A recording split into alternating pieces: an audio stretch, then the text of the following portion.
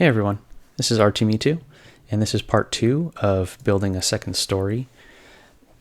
In the first part, I showed how we could do a second story balcony utilizing some items to create steps that lead you up to a second level, which is kind of like a balcony. For this one, I'm going to build onto this, or kind of add to it, and place a second level that you can get to for access. So let's get to it. So the trick is utilizing an image on top of a pillar or column, whichever you want to call it, on a short one. The idea is that you use an image and place it on the top, and that will act as a surface if you resize it up. So I'm starting by putting a column in here first because it's easier to place the image on there and then move the column into place. I've got an image lined up, but I'm going to change the background of the walls to just a plain wall for now. And I'll go ahead, get prepared here. So I already found something on Pixabay.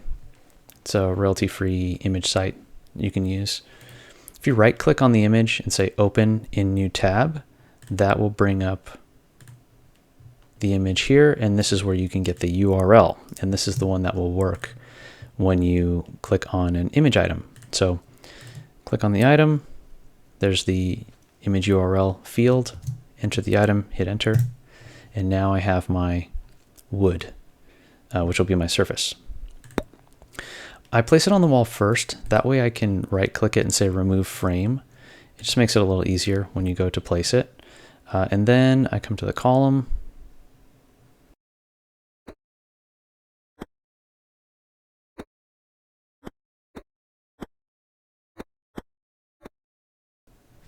okay, I cut away for a moment because I needed to rotate the column and get it into just the right view. Sometimes when you're placing the item here, it goes diagonal, and when you try to rotate the column to fix it, it doesn't straighten out right. So I just had to kind of reposition it into view a little bit. I mean, we are kind of doing unofficial building, so you know, these things happen. So before you place it, you're going to resize it. This is kind of like your last chance to do so. So I'm going to make a pretty sizable level here. I'll go ahead and place it. If you can't see, switch into camera view by hitting C. And then from there, I can just go over here and position it about like that. Something like that. And I'll go ahead and check out how I've placed it, see how it's looking. Not bad. There is a little bit of some clearance distance here, but I'm happy with that. So in the first part of the video, I put these taller walls. I'm going to get rid of those and put the short ones so that I can keep covering the shelves, but give full clearance to the second level. So rotate it with Q and E. This is purely just aesthetics here. It's not actually necessary for any structural support or anything like that. Okay. And that's good enough. So I'm not going to focus on all the details here because you can go and resize it however you like. You can have a second layer of steps coming up to it, or it can just remain as a second story. Just keep in mind that you can't place anything on top of here.